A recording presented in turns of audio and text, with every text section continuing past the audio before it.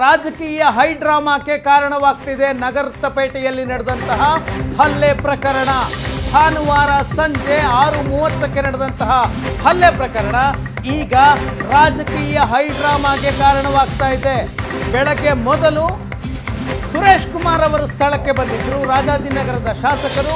ಅದಾದ ನಂತರ ಶೋಭಾ ಕರಂದ್ಲಾಜೆ ಬಂದರು, ಬೆಂಗಳೂರು ಉತ್ತರ ಕ್ಷೇತ್ರದ ಬಿಜೆಪಿಯ ಅಭ್ಯರ್ಥಿ. ಈಗ ತೇಜಸ್ವಿ ಸೂರ್ಯ ಸ್ಥಳಕ್ಕೆ ಬಂದಿದ್ದಾರೆ, ಧರಣಿಯನ್ನ ಮಾಡ್ತಾ ಇದ್ದಾರೆ. ಸುವರ್ಣ ನ್ಯೂಸ್ನಲ್ಲಿ ನೇರ ಪ್ರಸಾರದ ದೃಶ್ಯಗಳನ್ನು ಈಗ ನೋಡ್ತಾ ಇದ್ದೀರಾ.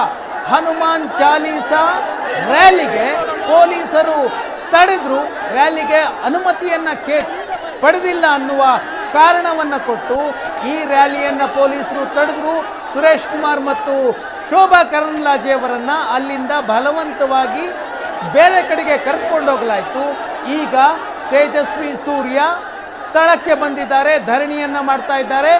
ಆರಂಭದಲ್ಲಿ ತೇಜಸ್ವಿ ಸೂರ್ಯ ಸ್ಥಳಕ್ಕೆ ಬಂದಾಗ ಈ ಹೋರಾಟವನ್ನ ಇಲ್ಲಿಗೆ ಕೈ ಬಿಡೋಣ, ಈಗಾಗಲೇ 5 ಆರೋಪಿಗಳನ್ನು ಅರೆಸ್ಟ್ ಮಾಡಿದ್ದಾರೆ ಪೊಲೀಸರು, FIR ನಲ್ಲಿದ್ದಂತಹ ಗೊಂದಲವೂ ಸರಿಯಾಗಿದೆ ಅಂತ ಹೇಳಿದ್ರು. ಆದರೆ ಹೋರಾಟ ನಿಲ್ತಾ ಇಲ್ಲ. ನಗರಪೇಟೆಯ ವ್ಯಾಪಾರಿಗಳು ಆಕ್ರೋಶವನ್ನು ವ್ಯಕ್ತಪಡಿಸ್ತಾ ಇದ್ದಾರೆ. ಕೇವಲ ಹನುಮಾನ್ ಚಾಲೀಸಾ ಹಾಕಿದ್ದಕ್ಕೆ ನಮ್ಮ ಮೇಲೆ ಹಲ್ಲೆಯಾಗ್ತಿದೆ ಅಂದರೆ ನಮಗೆ ರಕ್ಷಣೆ ಇಲ್ಲ ಅಂತ ಆಕ್ರೋಶವನ್ನು ವ್ಯಕ್ತಪಡಿಸ್ತಾ ಇದ್ದಾರೆ.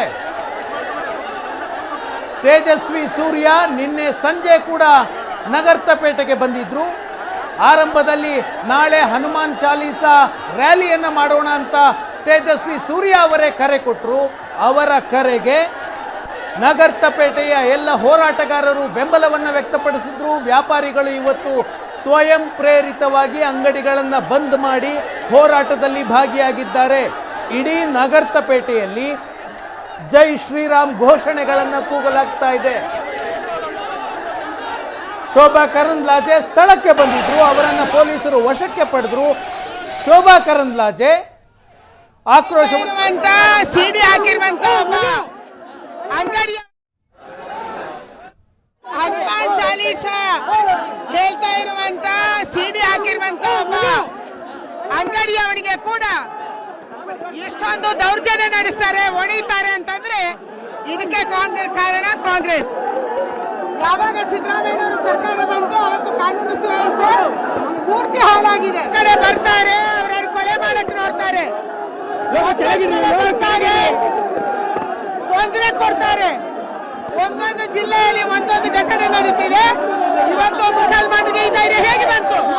ಇದಕ್ಕೆ ಕಾರಣ ಕಾಂಗ್ರೆಸ್ನ ಸರ್ಕಾರ. ಕಾಂಗ್ರೆಸ್ ಕೇವಲ ಅಲ್ಪಸಂಖ್ಯಾತರನ್ನು ಓಲೈಕೆ ಮಾಡುವ ಕಾರಣಕ್ಕಾಗಿ ಯಾರು ಹನುಮಾನ್ ಚಾಲೀಸಾ ಸೀದಿ ಹಾಕಿದ್ದಾರೆ ಅವರಿಗೆ ಕೂಡ ಹಲ್ಲೆ ಮಾಡುವಂತ ಧೈರ್ಯ ಕೇವಲ ಸಿದ್ದರಾಮಯ್ಯನವರ ಕಾರಣಕ್ಕಾಗಿ ಬಂದಿದೆ. ಹನುಮಾನ್ ಚಾಲೀಸಾ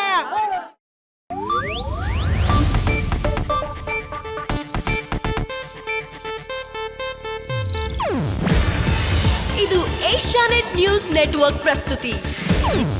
ನೀವು ನೋಡ್ತಿದ್ದೀರಾ ಏಷ್ಯಾನೆಟ್ ಸುವರ್ಣ ನ್ಯೂಸ್.